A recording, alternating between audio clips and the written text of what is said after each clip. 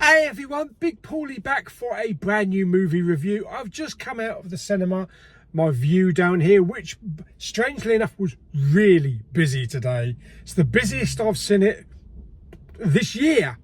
Yeah, it might be because it's the last day of the kids' half term, but our screen was totally packed. The foyer is packed, so that's a good thing for the cinema. Plus the weather's crap as well. But I just went to see Young Woman and the Sea, starring Daisy Ridley. So let me talk a little bit about it.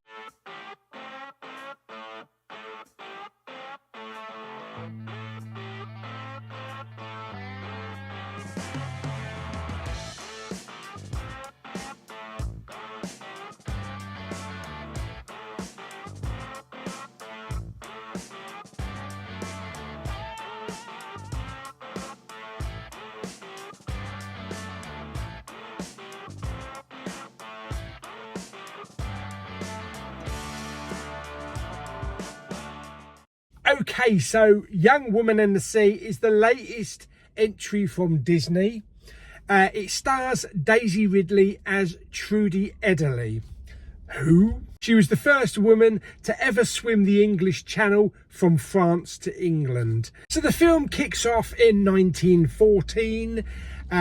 Daisy plays Trudy, of course, and she's one of three kids from German immigrants.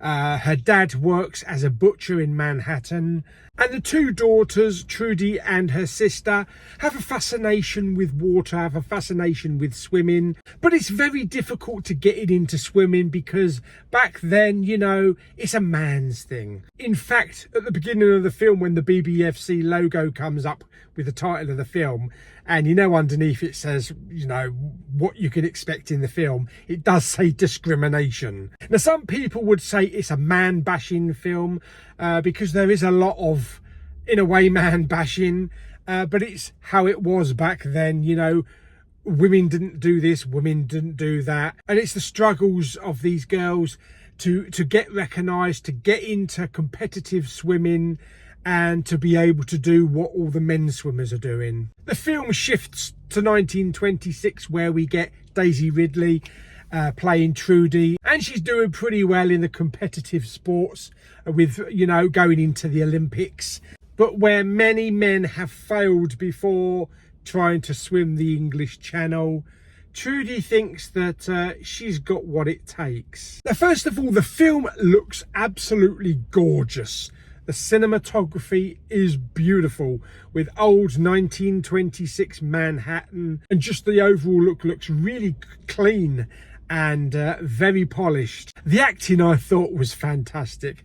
I've got to say, this is probably one of Daisy's best roles. The actors that played her parents were also really good. Her mum especially, whereas her dad was like, no daughter of mine is going to go swimming.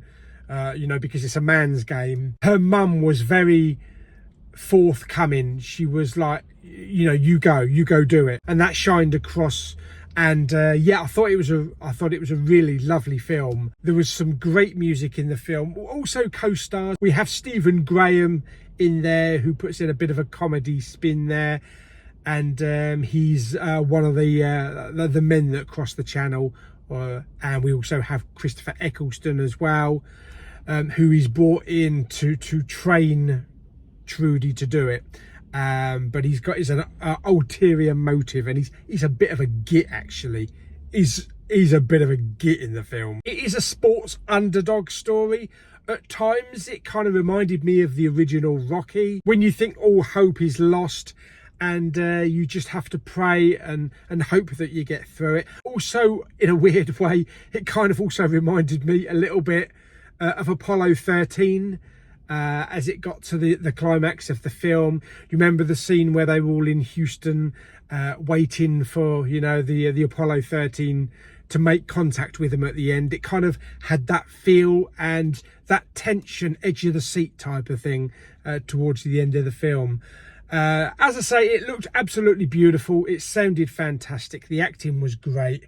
And if you don't like jellyfish, then you're going to have a problem, because my God, there is a horrific jellyfish scene in this film, and it's going to put you off swimming in the sea for life. We do get some nice actual footage from 1926 of the real Trudy at the end of the film, and we also get to see the New York parade that they threw for her. And believe me, the Apollo astronauts coming home parade ain't got anything on this.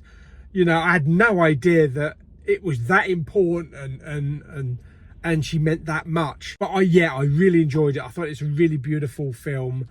It's got a limited cinema run. I was going to go to that cinema in Canterbury where I went to see Daisy in Sometimes I Think About Dying a couple of weeks ago, but then I saw that both my local View and Cineworld were showing it as well, so I hopped on Get Down Here for View, because I do much prefer the seating, the ambience and the screen and the sound in View, and it didn't let me down. It didn't let me down at all. It was a truly fantastic experience.